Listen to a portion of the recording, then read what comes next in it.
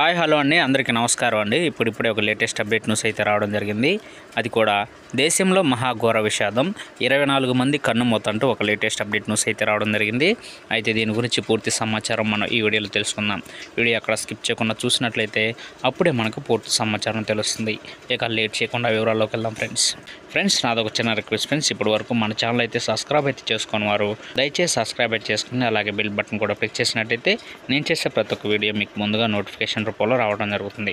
ముఖ్యంగా వీడియో నచ్చితే లైక్ చేయండి ఫ్రెండ్స్. లైక్ చేయడం ద్వారా ఈ ఇన్ఫర్మేషన్ అనేది ఎంతోమందికి రీచ్ అవ్వడం జరుగుతుంది. ఇక లేట్ చేయకుండా వివరాల్లోకి వెళ్దాం ఫ్రెండ్స్. రాజకీయ అస్థిరత నెలకొన్న బంగ్లాదేశ్లో దారుణం జరిగింది. ఆందోళనకారులు ఓ హోటల్కు నిప్పు పెట్టారు.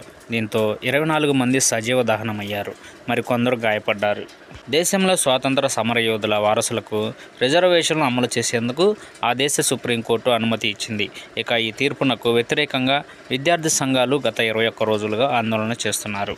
ఇవి తారాస్థాయికి చేరుకోవడంతో వందలాది మంది విద్యార్థులు ప్రాణాలు కోల్పోయారు. దీంతో ఇప్పటి వరకు 440 మంది చనిపోయారు. పరిస్థితి అదుపులోకి తెచ్చేందుకు ఆ దేశ సైన్యం రంగంలోకి దిగి తీవ్రంగా కృషి చేస్తుంది. పైగా దేశ ప్రధానమంత్రి పదవికి షేక్ హసీనా రాజీనామా చేశారు. ఆమె దేశాన్ని వీడిన కొన్ని గంటల్లోనే 100 మందికి పైగా ప్రాణాలు కోల్పోయారు. ఇక ఈ నేపథ్యంలో జషోర్ జిల్లాలో ఓ హోటల్కు మంగళవారం ఆందోళనకారులు నిప్పు పెట్టారు.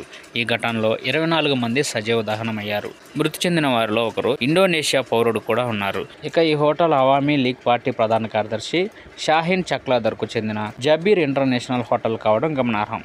చూసారు కదా ఫ్రెండ్స్, ఈ అప్డేట్ కనుక మీకు నచ్చినట్లయితే లైక్ చేయండి. మరెన్నో లేటెస్ట్ అప్డేట్ న్యూస్ కోసం మన ఛానల్ అయితే సబ్స్క్రైబ్ అయితే చేసి ఫాలో అవ్వండి friends. Thank you for watching.